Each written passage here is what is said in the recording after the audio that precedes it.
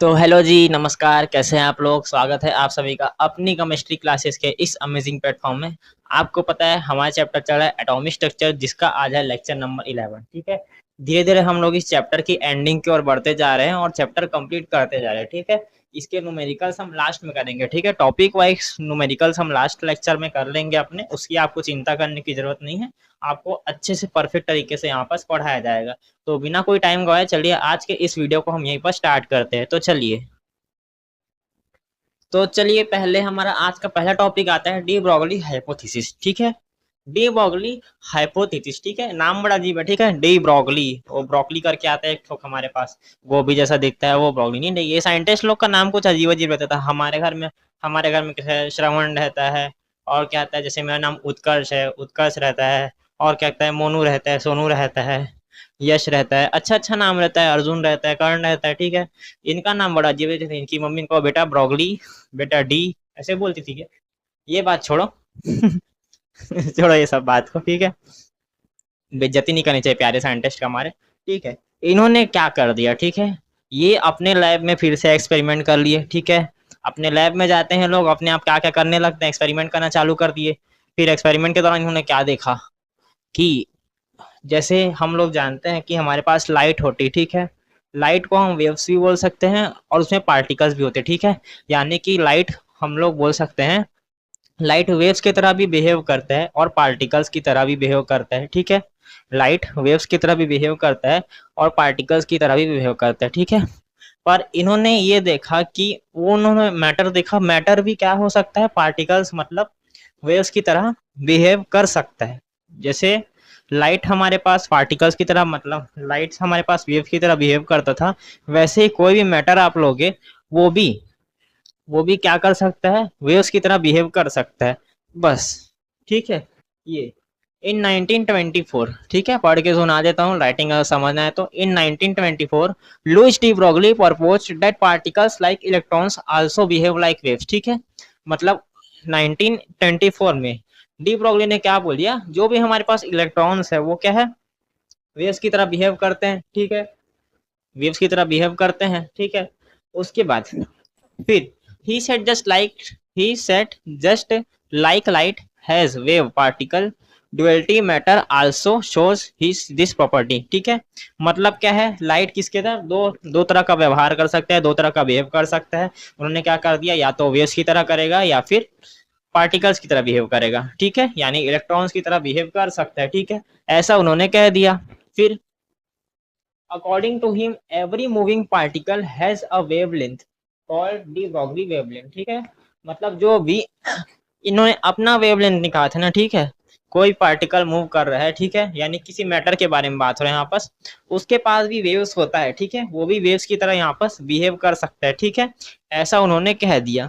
कुल मिला के डी ब्रोगली का कहना था कि मैटर जो है वो भी वेव की तरह यहाँ पर बिहेव कर सकता है। जैसे कि हमारे पास लाइट हमारे पास पार्टिकल्स की तरह बिहेव करता है, तो मैटर हमारे पास वेव्स की तरह बिहेव कर लाता है। ठीक है, बस इतना उन्होंने कह दिया और उन्होंने फॉर्मूला दिया, lambda is equal H upon M V. ठीक है, जहाँ एम वी को आप ध्यान से देखोगे वो उसका मोमेंटम है। ठीक है, मोमेंटम यानी पी हो सकता है, एम इंटू वी है, वेलोसिटी है उसके पास, मास भी है।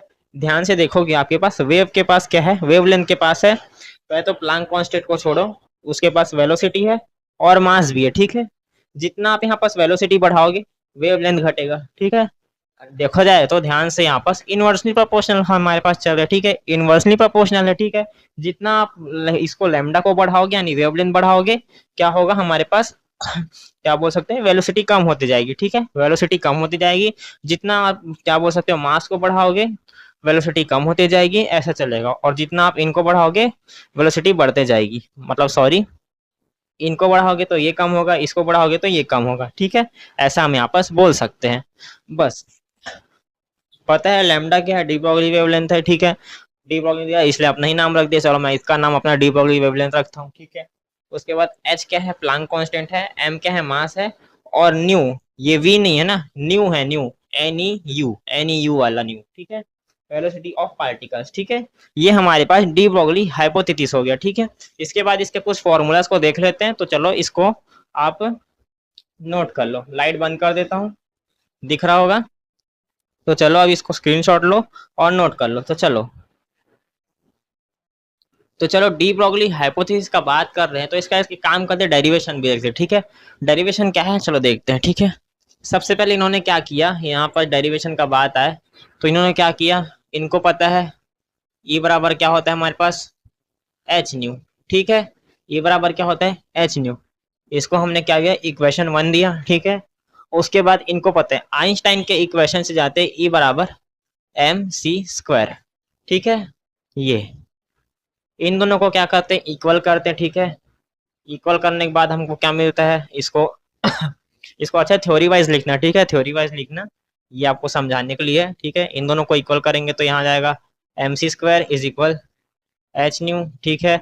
एम सी स्क्वायर और हमको पता है म्यू बराबर क्या होता है सी अपॉन लेमडा, ठीक है। और क्या है ये सी से ये सी कटा, एम सी बराबर क्या हो गया हमारे पास एच बाई लेमडा, ठीक है। तो लेमडा बराबर हमारे पास क्या निकल के आ जाएगा एच बाई क्या हो जाएगा एच बाई एम सी, ठीक है। और आपको पता है यहाँ पर जो सी है, यहाँ पर जो सी हमारे पास निकल के आ रहा है, यहाँ पर का जो सी है वो निकल के आ रहा है हमारे पास, वो है वेलोसिटी ऑफ लाइट, ठीक है। तो इस बारे में हम बात करते हैं, मतलब अभी हम किसके बारे में बात कर रहे हैं यहाँ पर पार्टिकल के बारे में बात कर रहे हैं, ठीक है। पार्टिकल या फिर मैटर के बारे में बात कर रहे हैं। तो फिर ये वेलोसिटी लाइट किससे रिप्लेस हो जाएगा हमारे पास, किससे हो जाएगा लेमडा बराबर एच अपॉन एम वी, ठीक है। ये किससे हो गया लेमडा बराबर एच अपॉन एम वी, ठीक है। ये हमारे पास निकल के आ गया, ये क्लियर। ये हमारे पास था डी ब्रॉगली इक्वेशन, ठीक है। De Broglie Q U A equation, ठीक है। इसको आगे बढ़ाना चाहो तो बढ़ा सकते हैं, देखो तो लेमडा बराबर क्या होगा एच अपॉन पी, ठीक है। ये भी हो सकता है एच अपॉन पी, या फिर देखा जाए लास्ट स्टेप देखोगे तो lambda is inversely proportional to 1 upon P, क्योंकि एच हमारे पास कांस्टेंट था, ठीक है। एच कांस्टेंट था तो क्या हो गया lambda is inversely proportional to P, ठीक है। यानी कि हमारे पास मोमेंटम आ गया, जितना आप इसको बढ़ाओगे ये कम होगा, जितना ये बढ़ेगा ये कम होगा, ऐसा चलते रहेगा, ठीक है। तो ये इसका यहाँ पास हमारे पास डेरिवेशन भी हो गया, ठीक है। डेरिवेशन भी खत्म, डी ब्रॉगली हाइपोथेसिस का कुछ खत्म हो गया। अब इसके कुछ फॉर्मूलास के बारे में और जान लेते हैं, ठीक है। चलो जान लेते हैं, चलो चलते हैं।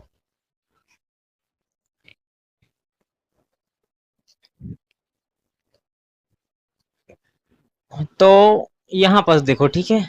अब कुछ फॉर्मूलास का यहाँ पास हमारे पास बात आता है, ठीक है। कुछ फॉर्मूलास का बात आता है। पहला फॉर्मूला आप देखो, आपको पता है यहाँ पास पहला फॉर्मूला क्या है हमारे पास काइनेटिक एनर्जी का, देखोगे तो यहाँ पास दिखेगा आपको के बराबर हाफ एम वी स्क्वायर होता है, आपको पता है, ठीक है। के बराबर हाफ एम वी स्क्वायर होता है, आपको पता है, ठीक है। इसी के का हम लोग हाफ एम वी स्क्वायर का इंटू हम क्या कर देंगे एम अपॉन एम से कर देंगे, ठीक है। एम अपॉन एम से जब हम यहाँ पास इंटू करते हैं तो क्या हो जाता है हमारे पास एम स्क्वायर वी स्क्वायर या फिर 2m, ठीक है। 2m अपॉन में 2m आ जाएगा हमारे पास, 2 का m के साथ इंटू हुआ और इसका इसके साथ हुआ, तो क्या आ जाएगा हमारे पास अगर ये दोनों में सेम स्क्वायर है तो इसका क्या आ जाएगा होल स्क्वायर आ जाएगा, ठीक है। होल स्क्वायर आ गया इसका यहाँ पास, और अपॉन में क्या आ जाएगा 2m, ठीक है। तो उसी 2 को हम यहाँ पास 2m के ही कर सकते हैं और यहाँ पास आ जाएगा हमारे पास mv का स्क्वायर, ठीक है।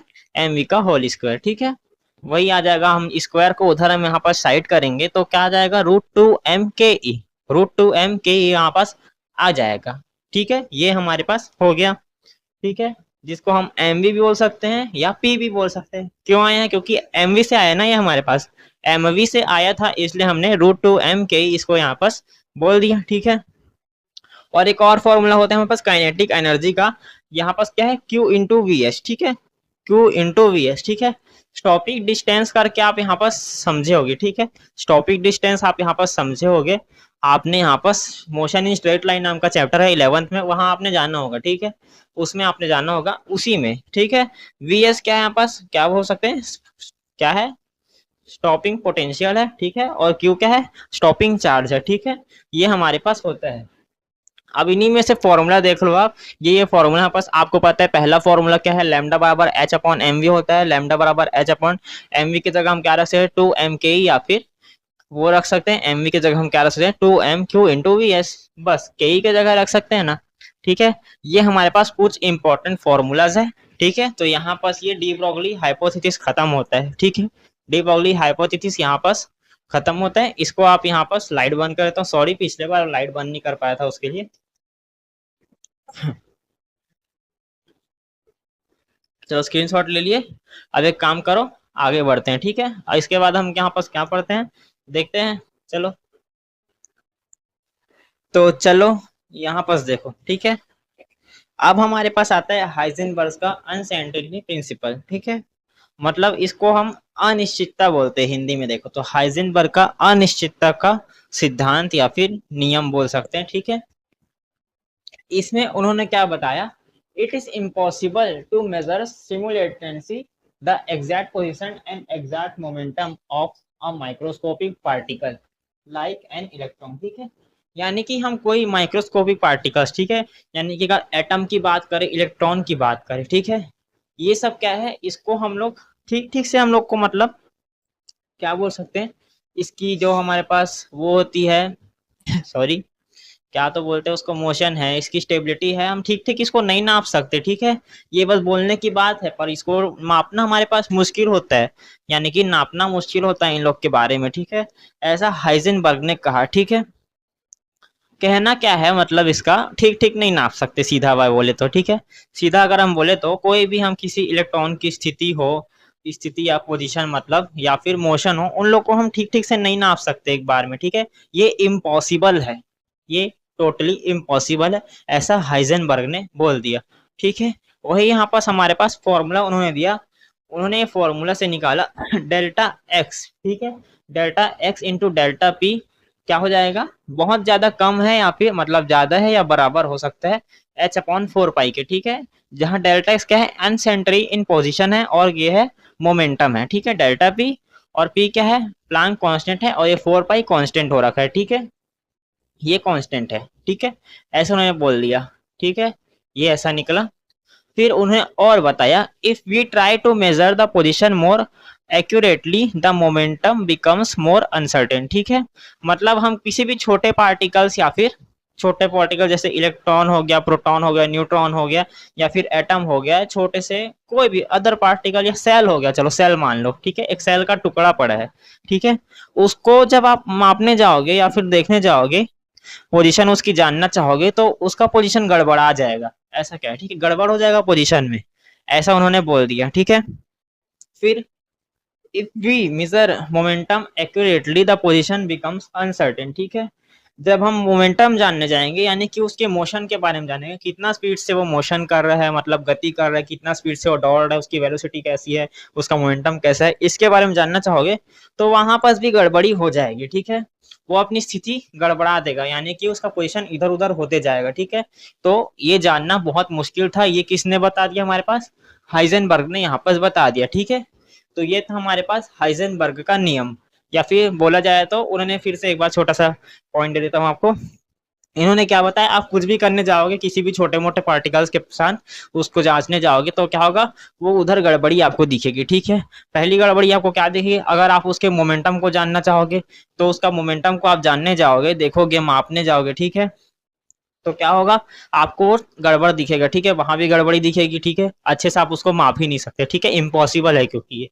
उसके बाद क्या है यहाँ पर, उसकी पोजीशन के बारे में जानना चाहोगे, पोजीशन कैसा है, कैसे वो स्थिर है कि मतलब एकदम कांस्टेंट ऐसे रखा है कि नहीं, ये ऐसा बोल सकते हो कि नहीं, ऐसा हो सकता है कि नहीं, जानने जाओगे। ठीक है, किस पोजीशन पे वो रखा है उसको जानने जाओगे, वो वहां भी इधर उधर होगा, वहां भी आपको गड़बड़ी देखने को मिलेगी, इसलिए टोटली इम्पॉसिबल था छोटे पार्टिकल्स के लिए, यानी कि माइक्रोस्कोपिक पार्टिकल्स के लिए। ये हाइजेनबर्ग ने यहाँ पर बता दिया। ठीक है, तो ये क्या है हमारे पास, इसको नोट कर लो, इसके बाद कुछ और पॉइंट्स को इसके बारे में जानते हैं। ठीक है, तो चलो इसको नोट करो, लाइट बंद कर देता हूँ, स्क्रीनशॉट ले लो, चलो नोट कर लो। तो चलो अब आ जाओ। ठीक है, अब आपको यहाँ पास देखना है इसके इम्पोर्टेंस भी। ठीक है, क्या क्या इम्पोर्टेंस हमको इस थ्योरी से मिला या फिर इस प्रिंसिपल से मिला। ठीक है, तो पहला देखो यहाँ पर explain the wave particle duality of matter, ठीक है। इन्होंने भी इस थ्योरी के कारण हमको और अच्छे से यहाँ पर क्लियर हो गया कि पार्टिकल्स भी वही, पार्टिकल्स के अंदर वेव भी है और क्या बोल सकते हैं, क्या बोलते हैं यार उसको याद नहीं आ रहा है, लाइट भी है, ठीक है। हमारे पास कोई पार्टिकल, जैसे हमने यहाँ पर अभी थोड़ा देर पहले पता डी ब्रॉगली में, ठीक है, कोई पार्टिकल्स क्या है वेव की तरह भी हमारे पास बिहेव कर सकते हैं और लाइट की तरह भी बिहेव कर सकते हैं, ठीक है। ऐसा यहाँ पर इन्होंने हमको यहाँ से क्लियर हो गया, ठीक है। शोज वे बोहर फिक्स्ड ऑर्बिटल और नॉट पॉसिबल, ठीक है। मतलब बोहर का यहाँ पर, बोहर ने जो फिक्स ऑर्बिटल्स के बारे में बताया था वो पॉसिबल नहीं है, वो यहाँ पर हमको पता चलता है कि इस थ्योरी से, ठीक है। फिर leads the quantum mechanical model, ठीक है। जब यहाँ पर ये हमने यहाँ पर इस प्रिंसिपल के बारे में जाना था, ठीक है। फिर जब क्वांटम मैकेनिक मॉडल आया, ठीक है, क्वांटम मैकेनिक मॉडल जब हमारे पास आया तो इसी के कारण, इसी सिर्फ हाइजेनबर्ग के कारण ही, हाइजेनबर्ग का जो भी यहाँ अनसेंटरिटी प्रिंसिपल है, ठीक है, उसी के कारण यहाँ पास क्वांटम मैकेनिक्स मॉडल बनाने में ज्यादा हमारे पास आसानी हुई, ठीक है। इसके कारण ही क्वांटम मैकेनिक मॉडल हमारे पास बन पाया, ठीक है। ये हमारे पास, ये इसके इंपॉर्टेंस यहीं पास खत्म होते हैं, ठीक है। पहले क्या किया, बोहर्स के हमारे पास ये वो बताया, क्या बोलते हैं उसको, डुअल नेचर बताया पार्टिकल का।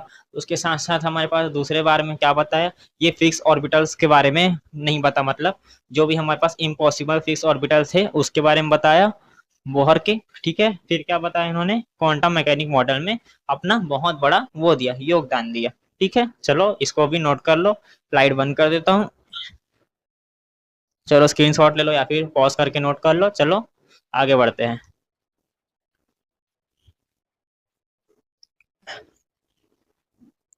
तो इसके बाद क्या आता है, ठीक है, इसके बाद और कुछ फॉर्मूला से रिलेटेड कुछ हमारे पास पॉइंट्स बनते हैं, ठीक है।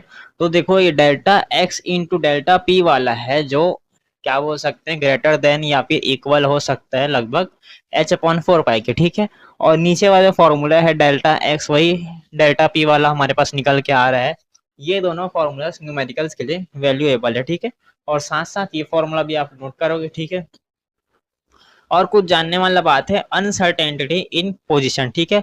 जब पोजीशन में हमारे पास अनसर्टेनिटी आएगा तो क्या हो जाएगा, हमारे पास जीरो बोल देंगे, ठीक है। और आपको पता है 1 अपॉन आप जीरो करते हैं तो उसको हम बोलते हैं इन्फिनिटी, ठीक है, इन्फिनिटी। जब यहाँ पर जीरो का इंटू हो जाएगा तो ये जीरो हो जाएगा ना पूरा, ठीक है, इसलिए यहाँ पर इन्फिनिटी आ जाएगा। और uncertainty in velocity delta we, तो यहाँ पास भी आ जाएगा हमारे पास इन्फिनिटी, इसलिए हम लोग को यहाँ पास इम्पॉसिबल हुआ, ठीक है।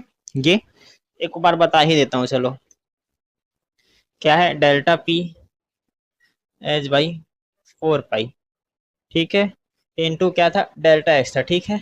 जब हमको पता है डेल्टा एक्स बराबर क्या था, जीरो था, ठीक है, डेल्टा एक्स बराबर जीरो था, तो हमको पता है 1 अपॉन जब जीरो होते हैं तो आता है हमारे पास इन्फिनिटी, ठीक है। ये वैल्यू आप सब बेसिक मैथ्स में कहीं पढ़े होगे, ठीक है, इन्फिनिटी आता है, ठीक है। तो यहाँ पास इसलिए हमारे पास आ गया डेल्टा पी, यहाँ पास एच 4 पाई, डेल्टा एक्स का वैल्यू क्या हो गया हमारे पास, जीरो आ गया इनटू में, ठीक है। तो यहाँ पास 1 मान सकते हैं, जीरो मान सकते हैं, क्या हो गया हमारे पास, इन्फिनिटी आ गया, ठीक है। डेल्टा पी का आ गया infinity, same as it is यहाँ पास हमारे पास डेल्टा एक्स में हुआ, ठीक है। तो ये यहाँ पास अब कंप्लीट होता है, ये पता नहीं कंप्लीट हुआ है कि नहीं, हो गया है कंप्लीट, ठीक है, चिंता मत करो। यहाँ पास ये हमारे पास ये टॉपिक कंप्लीट होता है, तो इसके बाद क्या है देखते हैं, चलो। तो चलो अब क्या बोलेंगे, आज का लेक्चर हम यहीं पास खत्म कर सकते हैं। देखा जाए तो अभी कुछ टॉपिक्स और रह गए हैं, ठीक है, क्वांटम नंबर हो गया, इलेक्ट्रॉनिक कन्फिग्रेशन हो गया, अब बाउस और पाउलिस का प्रिंसिपल, ये सब बचा हुआ है, ठीक है। और हमारा मेन एक और टॉपिक क्वांटम मैकेनिक मॉडल है और सोंडिगर इक्वेशन है, जिसके बारे में आपको जानना है, ठीक है। ये सब कुछ कुछ टॉपिक्स हमारे पास बचे हुए, इसको हम धीरे धीरे यहाँ पर ये हफ्ते भर में कंप्लीट हो जाएगा, ठीक है। ये आने वाले कुछ ज़्यादा नहीं, 5-6 लेक्चर बचा है इस चैप्टर का, धीरे से चैप्टर यहाँ पर खत्म हो जाएगा, ठीक है। तो लास्ट में कहना चाहूँगा बढ़िया अच्छे से पढ़ाई करते रहो, रिवीजन करो, नोट्स को अच्छे से प्रिपेयर करो, ठीक है। नोट्स हर जगह के लिए सफिशिएंट है, ठीक है, हर जगह के लिए, नीट हो JEE हो, इसको एडवांस लेवल में मैंने डिज़ाइन किया है, ठीक है। आप चिंता मत करो, ठीक है। न्यूमेरिकल्स हम लेक्चर्स के बाद यहाँ कंप्लीट कर लेंगे, उसको आप अच्छे से अटेंड करें, ठीक है, बहुत ज़रूरी क्लास होगी वो, उसको अच्छे से अटेंड करना। और क्या बोलूँगा, चलो यहाँ आज के लिए हम यहाँ पास अलविदा लेते हैं, मिलेंगे अगले लेक्चर में, तब तक के लिए बाय बाय।